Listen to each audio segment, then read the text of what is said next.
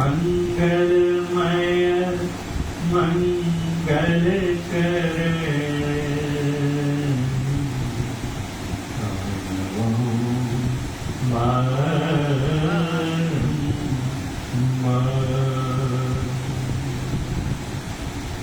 धन्य धन्य सतगुरु सुखद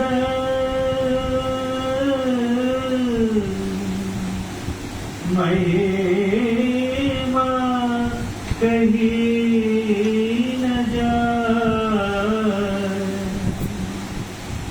जो कछु कहूं तुम्हारी कृपा होते कछु न बता।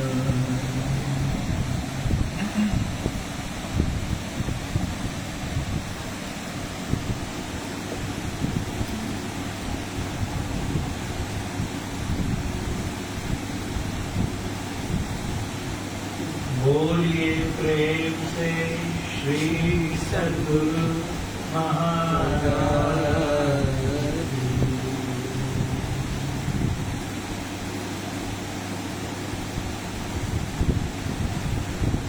समवेत समादरणीय सत्संग आदरणीय कार्तिक चौरसिया जी से मैं क्षमा चाहूँगा। उन्होंने लिखा था, मैं अभी भूल भी गया, ऐसे विपरीत भजन हो गए थे, कृपया क्षमा करेंगे। अगले सप्ताह आपका भजन हम लोग अवश्य रखेंगे और हम आशा करते हैं कि आपसे भजन सुनने को का अवसर अवश्य मिलेगा। इस बात के लिए कृपया क्षमा कर देंगे। आज मुझे याद भी नहीं रहा और वैसे भी 3 भजन हो चुके थे। हम लोग एक बार तो मैं सत्संग योग भाग 4 की चर्चा की ओर मुड़ते हैं। पारा संख्या 7 तक हम लोग चर्चा कर चुके हैं। इसके बाद उसे पढ़ूंगा नहीं, पढ़ूंगा तो फिर से उसी में रह जाएंगे हम लोग। वो है ही इतना अद्भुत पैरा। उसके बाद पैरा संख्या 8 अनुच्छेद 8, इसमें गुरु महाराज लिखते हैं कि केवल अनंत तत्व ही सब प्रकार अनादि है। कहते हैं, इसके पहले क्या कहा कि सिर्फ एक अनंत ही है, उसके अतिरिक्त अनंत से भिन्न किसी दूसरे तत्व की स्थिति हो नहीं सकती है। और इस पर हम लोगों ने विस्तार से चर्चा की है। अब कहते हैं कि जो अनंत तत्व है केवल और केवल वही हर प्रकार से अनादि हो सकता है। अर्थात जो अनंत नहीं है वो हर प्रकार से अनादि नहीं हो सकता। यानी जो अनंत है वही अनादि हो सकता है। इसे किस प्रकार समझा जाए? क्यों जो अनादि अनंत है वही अनादि हो सकता है? क्योंकि आदि जहां पर होगा हर प्रकार से या सब प्रकार से अनादि से क्या तात्पर्य है, तो हम लोग पहले भी इस पर चर्चा कर चुके हैं कि जो अनादि होना होता है इसके 2 आधार हो सकते हैं। एक काल की दृष्टि से अनादि और एक स्थान की दृष्टि से अनंत। जो वस्तुतः अनंत तत्व है, जो तत्वतः अनंत है, वह अनादि होगा ही, काल की दृष्टि से भी और स्थान की दृष्टि से। From the point of view of space as well as of time. काल की दृष्टि से अनादि होना किसे कहेंगे? कि जैसे हम लोग कहते हैं हमारे गुरु महाराज का, परमाराध्य का इस धरातल पर अवतरण 28 अप्रैल 1885 ईस्वी को विक्रम संवत जो है उस समय कहा जाए तो वैशाख शुक्ल पक्ष चतुर्दशी को हुआ। अब 28 अप्रैल 1885 के पहले जो हमारे परमाराध्य सद्गुरु महाराज का ये शरीर था, जिसकी तस्वीर हम लोग लगाते हैं और उनकी आराधना अभ्यर्चना करते हैं, इस शरीर का आदि कब हुआ? 28 अप्रैल 1885 काल की दृष्टि से। उसके पहले अगर हम पूछें तो फिर गुरु महाराज अपने उस शरीर में नहीं थे। और फिर उनका ये जो पंच भौतिक शरीर 8 जून 1986 को पुनः पंच तत्वों में विलीन हो गया। उसके बाद भी अगर गुरु महाराज के उस सजीव शरीर को ढूंढा जाए तो वो नहीं। तो इस तरह से काल की दृष्टि से उसका आरंभ आदि माना जाएगा। मोहनदास करमचंद गांधी जी का अवतरण 2 अक्टूबर 1869 ईस्वी को हुआ था। उसके पहले महात्मा गांधी का वो शरीर नहीं। आज से कुछ 4 अरब या 4.5 अरब वर्ष पूर्व पृथ्वी का अस्तित्व नहीं था। ये सब जो है, इन सब का आरंभ हुआ, ये सब अस्तित्व में आए एक विशेष कालखंड में। इसलिए काल की दृष्टि से ये सादी हो गए। सादी मतलब स जोड़ आदि, जिनका जो आदि सहित है, आरंभ सहित। काल की दृष्टि से अनादि किसे कहा जाएगा? तो जिसका कब से आरंभ हुआ उसका पता। ये जो प्रकृति है, ये सृष्टि है, ये तमाम शरीर हैं, चाहे वो दिव्य देवी देवताओं के ही शरीर क्यों न हो, जितने दिव्य आदि लोक हैं, ये सब कभी न कभी उपजे हैं। इसलिए इन्हें अनादि नहीं क्या कहा जा सकता। हाँ, एक दृष्टि से जो बात है आएगा, हम लोग पहले भी चर्चा कर चुके हैं कि प्रकृति के बनने के बाद ही देश और काल बने। उस दृष्टि से उन्हें कभी कभी अनादि कह दिया जाता है, लेकिन कभी न कभी उनका उदय हुआ, उनका आरंभ हुआ, इसलिए उन्हें काल की दृष्टि से अनादि नहीं कहा। और एक होता है स्थान की दृष्टि से अनादि, यानी इस जगह से इसका आरंभ हुआ। टोकशी श्याम ग्राम में गुरु महाराज का अवतरण हुआ, ये उनका आदि है स्थान की दृष्टि से। जन्म स्थान जहाँ पर उनका जन्म हुआ। पृथ्वी का जन्म सूर्य से हुआ, ये वहां पर उसका आरंभ देखा जा सकता है। चेतन प्रकृति का आरंभ परमात्मा से हुआ, अर्थात कैवल्य मंडल का भी उद्गम स्थान की दृष्टि से भी परमात्मा में है। इसलिए उसे अनादि नहीं कहा जा सकता, क्योंकि परमात्मा से उसका आदि है। तो जो कोई भी कितना भी पुरातन या पुराना तत्व हो, अगर उसका हम आदि ढूंढ सकते हैं, उसका आरंभ बिंदु ढूंढ सकते हैं, काल दृष्टया अथवा स्थान दृष्टया, किसी भी दृष्टि से अगर उसका आरंभ मिल जाता है तो उसकी अनंतता समाप्त हो जाती है। क्योंकि हम कह सकते हैं कि 2 अक्टूबर 1869 के पहले महात्मा गांधी नहीं थे, और जब नहीं थे तो अनंत कहाँ रहे? जब परम प्रभु परमात्मा में ये ईशना नहीं हुई कि एको हम बहुश्याम, तो चेतन प्रकृति भी नहीं थी, आदि कंप भी नहीं था। तब क्या था? तो जब कहीं पर कुछ भी नहीं था, तब सिर्फ वही था, एकमेव परमात्मा था। अर्थात कि जिसका भी आदि है वहीं पर उसकी सीमा दिखाई दे जाती है, वहीं पर उसका अंत मिल जाता है, वहीं पर उसकी बाउंड्री मिल जाती है। और इसलिए जिसका भी आदि मिल गया उसमें अनंतता नहीं, अनंतता का गुण नहीं रह जाता। इसलिए कुछ दिनों पहले मैंने लिखा भी था ग्रुप में भी, और एक टेलीग्राम में कॉल के रूप में डाला था प्रश्न, और फेसबुक पर भी लिखा था, उत्तर आए नहीं उसके भी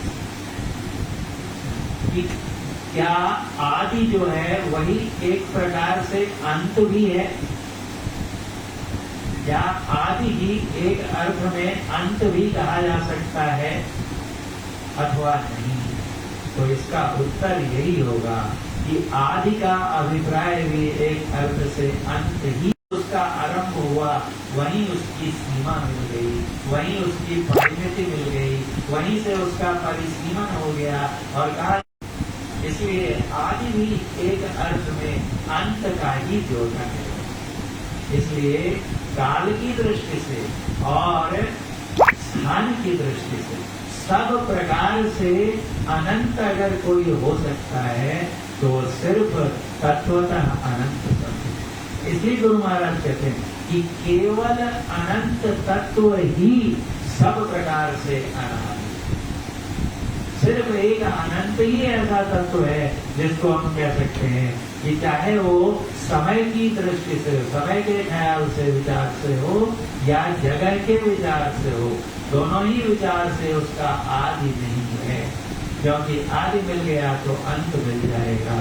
इसलिए कहते हैं गुरु महाराज कि केवल और केवल अनंत तत्व ही सब प्रकार से अनादि है।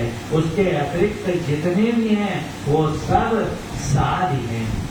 प्रकृति के बारे में भी गुरु महाराज ने लिखा कि क्योंकि काल और स्थान की उत्पत्ति प्रकृति के बनने के बाद हुई, इसलिए इनके काल और स्थान नहीं कहे जा सकते। उस अर्थ में उन्हें अनादि कहा जाता है, लेकिन वो अनादि शांत है। गुरु महाराज ने आगे आएगा, हम लोग पढ़ेंगे, कहते हैं कि प्रकृति को अनादि शांत कहते हैं, यानी उसका भी अंत मिल जाता है। तो सब प्रकार से अनादि सिर्फ अनंत तत्व ही हो सकता है। और ईश्वर स्वरूपतः इसीलिए अनादि भी है और अनंत भी है। इसके आगे कहते हैं गुरु महाराज कि इस अनादि तत्व के अतिरिक्त किसी दूसरे अनादि तत्व का होना संभव नहीं है। अनुच्छेद संख्या 9, पारा संख्या 9 में कहते हैं कि इस अनादि तत्व के अतिरिक्त किसी दूसरे अनादि तत्व का, इस अनादि अनंत तत्व के अतिरिक्त, दोनों देखिए, अनादि क्योंकि प्रकृति जैसी है तो कहा कि अनादि शांत है, और परमात्मा कैसे हैं तो अनादि अनंत है। प्रकृति का भले ही काल और स्थान तय नहीं किए जा सकते, लेकिन उसका अंत निश्चित है। चेतन प्रकृति का भी अंत निश्चित है, क्योंकि जो जहाँ से उत्पन्न होता है वो वहीं पर लय होता है। इसलिए समूची जड़ और चेतन प्रकृति दोनों के दोनों, पूरी प्रकृति, दोनों मंडल इसके अंत सहित हैं, शांत हैं। इसके पारा संख्या 5 नहीं आया है कि चेतन और जड़ के सब मंडल शांत, अंत सहित और अनंत हैं। अनंत और अनादि दोनों इस अनादि अनंत तत्व, ये कौन है अनादि अनंत तत्व? तो एक देव तत्व है। नाम क्या है उसका? इस पर झगड़े होते, क्योंकि कोई उसे अनेक अनेक नामों से, विभिन्न नामों से पुकार सकते हैं, और चाहे तो अपनी अज्ञानता में उस पर झगड़ भी सकते हैं। कोई उसे ईश्वर कहते हैं, कोई परमात्मा कहते हैं, कोई उसे गॉड कहते हैं, अल्लाह कहते हैं, अबूर मल्द कहते हैं, सुदीप कहते हैं, यहोवा कहते हैं, ताओ कहते हैं। ये तो शब्द हैं, असल में तो परमात्मा अनाम है। गगन शिखर महा बालक बोलही वाका नाम धर्म के कैसा, वो तो अनामी है, उसका वो नाम के परे है, जहाँ से सारे नाम उपजते हैं उससे परे उसकी स्थिति है। उसका नाम तो हम अपनी संतुष्टि के लिए रखते हैं, दादु सृजनहार के केते नाम अनंत चिद आवे सो लीजिए यो सुमिर साधु। हमारे वाद विलास के लिए हम उनका नाम जो भी धरते हैं, और चूंकि उनको हमने देखा नहीं इसलिए झगड़ा भी करते हैं। देखिए ना दुनिया में कितना कोहराम कर रहा है, जितने लोग उनके नाम पर झगड़ रहे हैं किसी ने भी उसको देखा नहीं है इसलिए झगड़ रहे हैं। जो एक बार उसे तत्वतः उसका दर्शन कर लेंगे वो जान जाएंगे कि एक वही है, उसके अतिरिक्त और कुछ है ही नहीं। किस पर और किसके लिए झगड़ते हैं हम? कुछ बात मनुष्य संत भी परमहंस जी वो तो कहानी सुनाते थे ना बच्चों की, ये 3 बच्चों ने एक नाटक किया और इतना अच्छा अभिनय हुआ उनका कि उन्हें प्रथम पुरस्कार मिला। पुरस्कार राशि जब उन्हें दी गई, अब उसे कैसे खर्च किया जाए, उसका व्यय किस प्रकार किया जाए, इस पर मतभेद हो गया और तीनों झगड़ने लगे। एक कहता था कि मैं इससे तरबूज खरीदूंगा, दूसरा कहता था कि मैं इससे हिंदवाना लूंगा, और तीसरा कहता था कि नहीं आई बाई का वाटरमेलन फॉरेस्ट। और तीनों झगड़े जा रहे हैं। तभी वहां से एक ज्ञानी सज्जन गुजर रहे थे, उन्होंने झगड़ते देखा, कारण पूछा और कहा कि रुको। उनके पैसे लिए बाजार से जाकर चीज खरीद कर ले आए, ढककर 3 भाग किए हुए थे। उस कपड़े को हटाया और एक को दिया ये लो तुम्हारा तरबूज, दूसरे को दिया ये लो तुम्हारा हिंदवाना, और तीसरे को दिया ये रहा तुम्हारा वाटरमेलन। तीनों ने देखा कि तीनों के हाथ में तो एक ही चीज है, एक ही चीज है, और वो झगड़ रहे थे क्योंकि कभी उन्होंने जाना ही नहीं कि जो हिंदवाना है वही तरबूज है और वही वाटरमेलन है। अब जब उन्होंने देख लिया अपनी आंखों से कि जो तरबूज है वही वाटरमेलन है और वही हिंदवाना है, अब इसके बाद वो कभी झगड़े होंगे क्या उस चीज को लेकर? ये जो तमाम जो आपस में वैमनस्य है, शत्रुता है, मारपीट है, हिंसा है, चाहे विचारों की हो या शारीरिक हिंसा हो, ये तभी तक है जब तक हम अज्ञान से उपजी विविधता में रहते हैं। जब ज्ञान जन्य एकता के दर्शन हो जाते हैं तो वो कहते हैं कि एक ब्रह्म है और दूसरा कुछ नहीं, वही अल्लाह है, वही ईश्वर है, वही गॉड है। तो ये अज्ञानता का परिचायक हैं ऐसे झगड़े। कहते हैं गुरु महाराज की वही एक अनादि अनंत तत्व है, उसके अतिरिक्त किसी दूसरे अनादि तत्व का होना संभव है। एकमात्र अनादि अनंत तत्व है, उसके अलावा अगर हम सोचते हैं कि कोई और दूसरा अनादि तत्व भी होगा तो ये किसी प्रकार संभव नहीं है। Just for the sake of discussion let us assume that there are 2 अनादि, 2 बिगिनिंगलेस तत्व हैं। तो अब आप सोच कर देखिए कि अगर 2 अनादि तत्व हैं तो दोनों कैसे चलेंगे? दोनों अनादि हैं, यानी एक समय में दोनों की स्थिति है। एक ये अनादि अनंत तत्व है और इसके अतिरिक्त एक और अनादि तत्व है। तो एक समय में दोनों तो रहेंगे ना। अगर दोनों रहेंगे तो दोनों के बीच में कोई तो विभाजन रेखा होगी कि ये दूसरा वाला अनादि है और ये पहला वाला अनादि अनंत तत्व है। जो गुरु महाराज कहते हैं कि इस अनादि अनंत तत्व के अतिरिक्त, इसको छोड़कर इसके अलावा कोई दूसरा अनादि तत्व भी अगर मान लिया जाए तर्क करने के लिए, तो एक साथ 2 तत्व हो गए। जब 2 हो गए तो दोनों कहीं ना कहीं तो एक दूसरे से मिलेंगे, या 3 हो गए तो पहला दूसरे से, दूसरा तीसरे से मिलेगा, और जहां जहां वो एक दूसरे से मिलेंगे वहां वहां उनकी सीमा रेखा हो गई। और अगर हो गई तो अनंतता कहाँ है?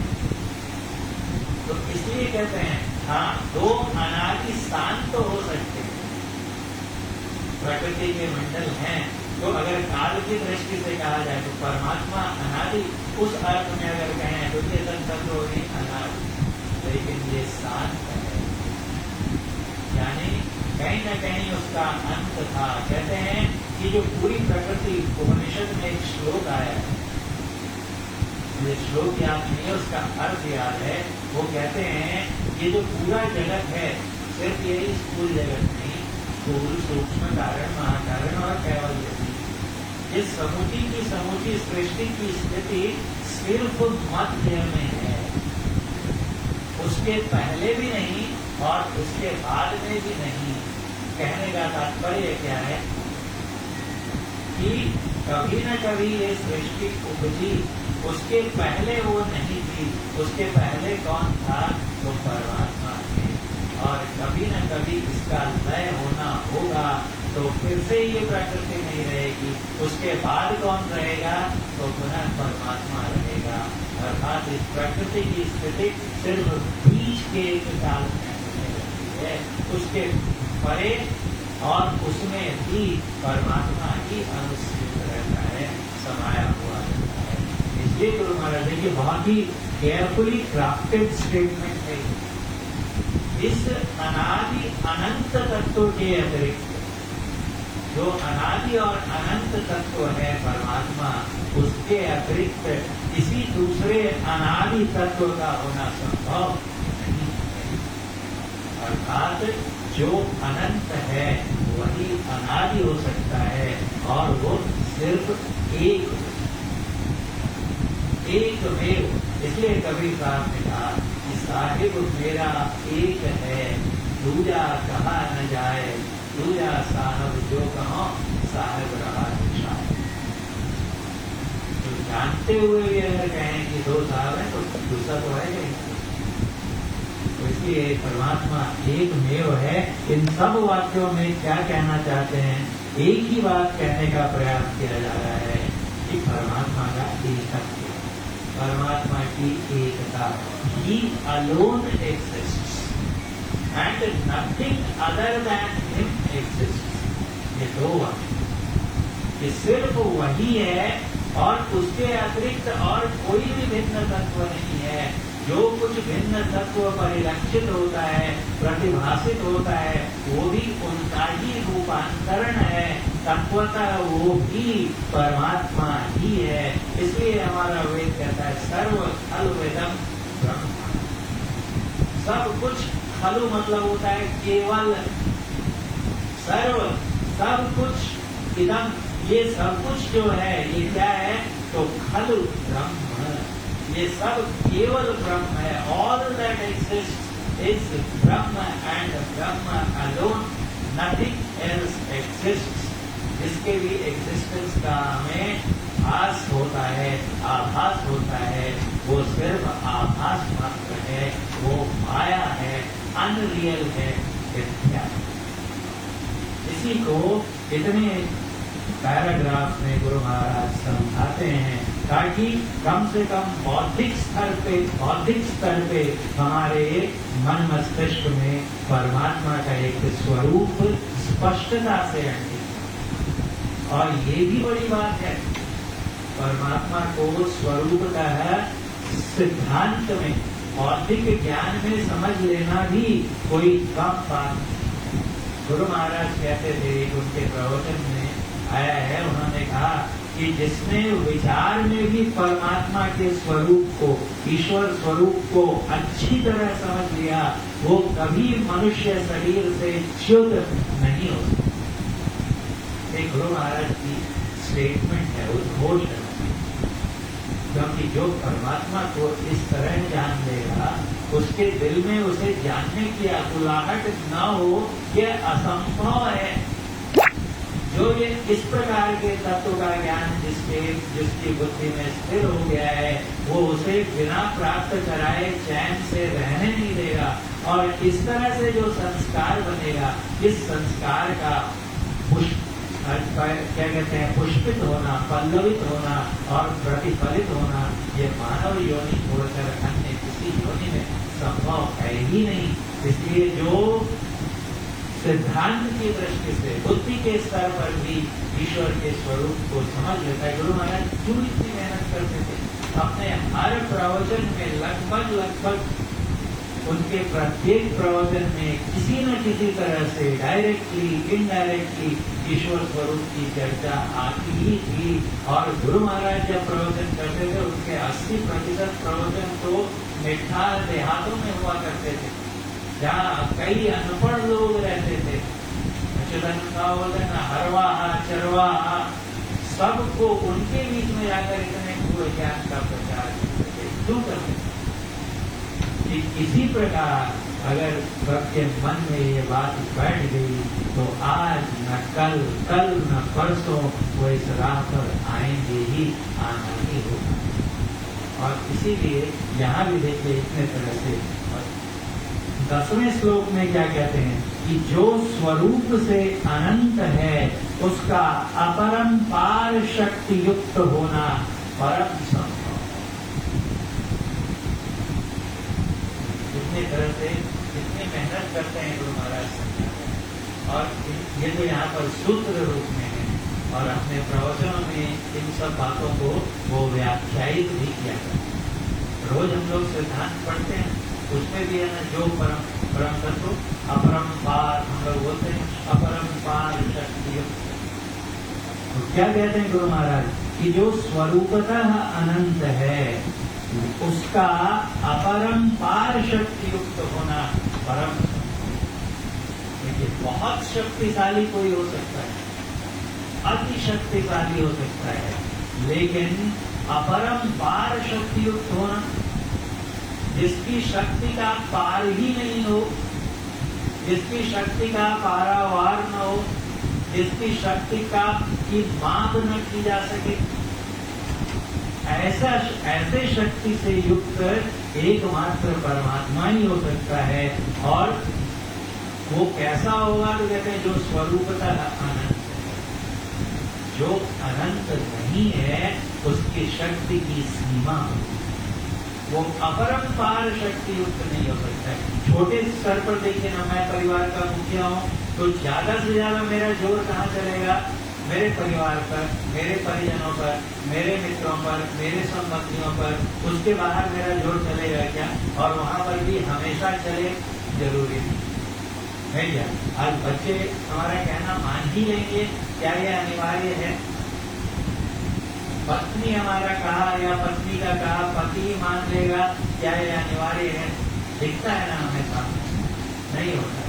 एक देश के प्रधानमंत्री हैं, राष्ट्रपति हैं, उनकी शक्ति कहाँ तक चलती है? वो पूरी दुनिया पर अगर अपनी शक्ति चलाना चाहें तो चल पाती है क्या? चाहे कितना भी शक्तिशाली राष्ट्र हो। आज उदाहरण दिख रहा है ना, 100 दिन से ज्यादा हो गए युद्ध करते हुए, अपरंपार शक्ति युक्त ही तो समझता था। अगर जब युद्ध किया होगा तो शायद यही परिकल्पना रही हो, ये तो छोटा देश है, इसे हम तुरंत अपने नियंत्रण में ले आएंगे। और आज देखिए क्या स्थिति। सूर्य बहुत शक्तिशाली है, 8 कितने विशाल ग्रहों को अपने साथ बांध कर रहता है और अपने चारों ओर नचाता रहता है। लेकिन अरबों अरब साल से चाहे पृथ्वी हो, मंगल हो, बुध हो, बृहस्पति हो, शुक्र हो, शनि हो, यूरेनस हो, प्लूटो हो, ये इतने ग्रह सूर्य के चारों तरफ नाचते चले आ रहे हैं। कितना शक्तिशाली है सूर्य। लेकिन क्या जिस आकाश गंगा में है, उस आकाश गंगा में भी ऐसे कितने तारे हैं, लाखों तारे हैं, उन पर सूर्य का कोई वश चलता है? ये सारे बहुत शक्तिशाली हैं, लेकिन इनकी शक्ति की एक सीमा है। इनमें अपरंपारता नहीं दिखेगी। क्यों? क्योंकि ये स्वयं सीमित। जिसकी खुद की सीमा हो, भारत का प्रधानमंत्री यानी उसका प्रधानमंत्रित्व तो कहाँ तक चलेगा? जहाँ तक भारत की परिधि है। उसके पहले पाकिस्तान का राष्ट्रपति हमारी बात मानने को बाध्य नहीं है। तो जो स्वयं सीमित है उसकी सत्ता भी कहीं न कहीं सीमित हो जाएगी। इसलिए गुरु महाराज कहते थे अपने प्रवचन में कि कुछ लोग परमात्मा की ऐसे व्याख्या करते हैं कि कहते हैं परमात्मा अनंत है किस दृष्टि से, किस प्रकार से, तो जैसे सूर्य और सूर्य की किरणें।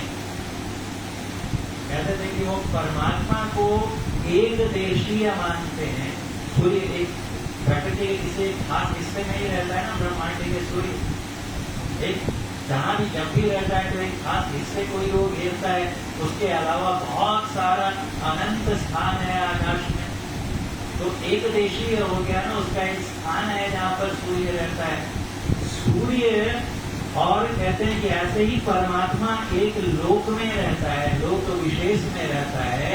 और अनंत कैसे होता है, तो जैसे सूर्य की किरणें सूर्य से दूर उसके तमाम ग्रहों तक फैलती हैं, वैसे ही परमात्मा की अनंतता है।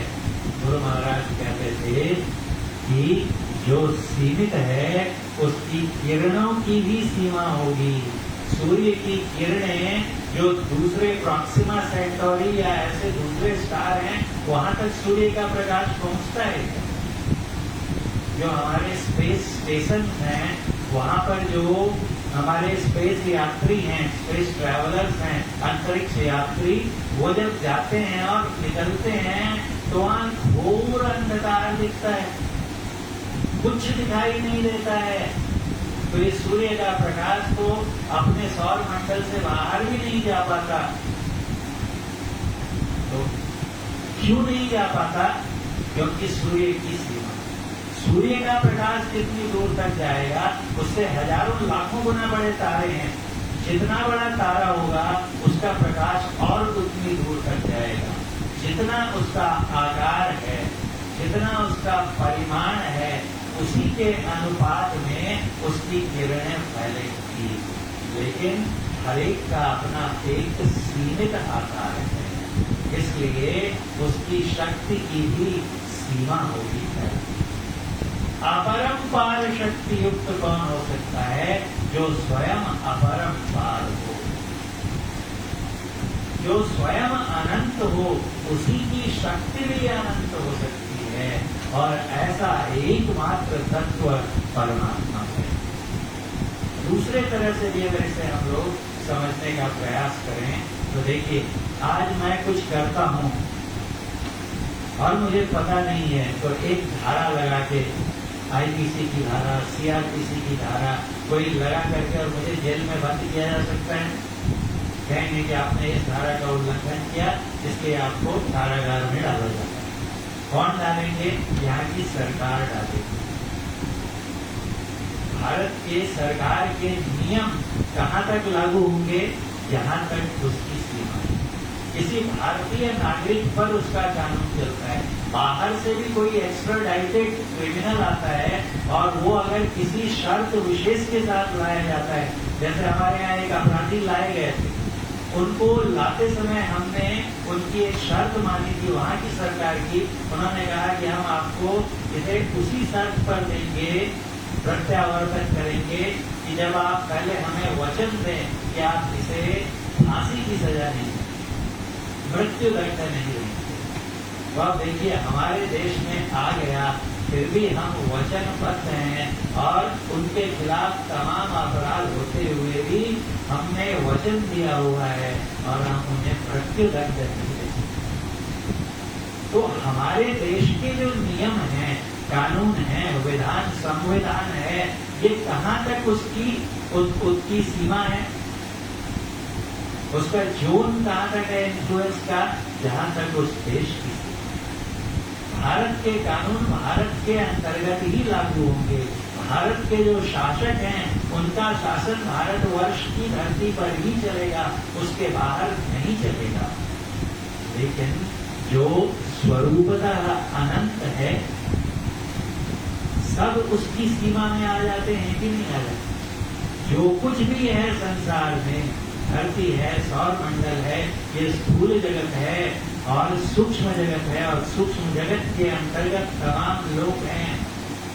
स्वर्ग लोक, नरक, गंधर्व लोक, किन्नर लोक, यक्ष लोक, ब्रह्म लोक, विष्णु लोक, ये सब कहाँ? शिव लोक, ये सब कहाँ है? सूक्ष्म मंडल में ही है, सहस्रार में ही है। तो ये तो ईश्वर जो अनंत परमात्मा है उसका एक अति छोटा अति लघु अंश है, बिंदु के बराबर ये सूक्ष्म जगत, और उसमें भी ये छोटे छोटे अंश हैं। तो इनके नियम कहाँ तक है? ये सब उसके अंदर में आ जाते हैं, किसकी सीमा में आते हैं? परमात्मा की सीमा में। इसलिए आपने और चुटकुला सुना था, वो एक दो बार चर्चा कर चुके हैं, समय हो गया। अकबर ने एक बार बीरबल से पूछा था कि मैं बड़ा हूं या तुम्हारा खुदा बड़ा है? तो अकबर ने कहा अगर बना आप बड़े हैं, मेरे खुदा से आप बड़े हैं, मेरे ईश्वर से आप बड़े हैं। अकबर ने कहा मजाक कर रहे होगा? नहीं, बोला सिद्ध करके दिखाओ। इन्होंने कहा कि मेरा ईश्वर अगर चाहे भी तो अपने साम्राज्य से किसी को देश निकाला की सजा नहीं ले सकता, आप तो निकाल सकते हैं अपने देश से।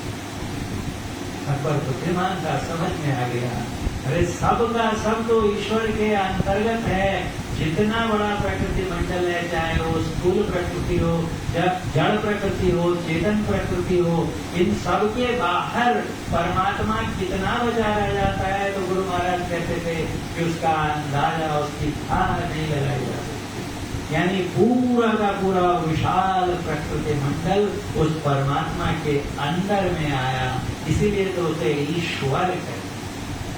वर मतलब श्रेष्ठ। ईश शब्द जो आया है ये आया है ईट धातु से।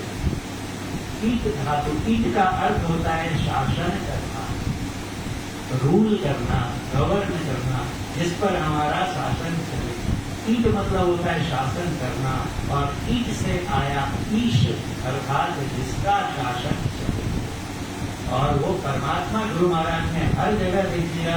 पूरे सत्संग योग भाग 4 में उनके लिए क्या प्रयोग किया है? परम प्रभु सर्वेश्वर। अखिलेश है, विश्वेश है, सर्वेश है, सर्वेश्वर जो सबके ईश्वर हैं, यानी जिस सब पर उनका शासन है।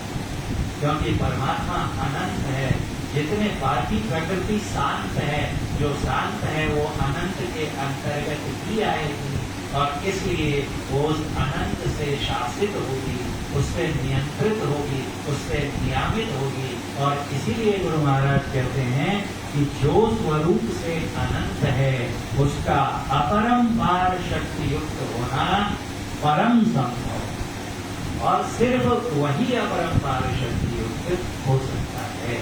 क्यों हो सकता है, इस पर हमने थोड़ी चर्चा की। अगले सप्ताह अब हम लोग इस चर्चा को आगे 11वें अनुच्छेद की ओर ले जाएंगे। आज समय हो चला है, आज यहीं पर इस चर्चा को विराम देते हैं। बोलिए प्रेम से श्री सद्गुरु महाराज की जय। अद्भुत जय गुरु महाराज। हम लोग आज का सामूहिक संकीर्तन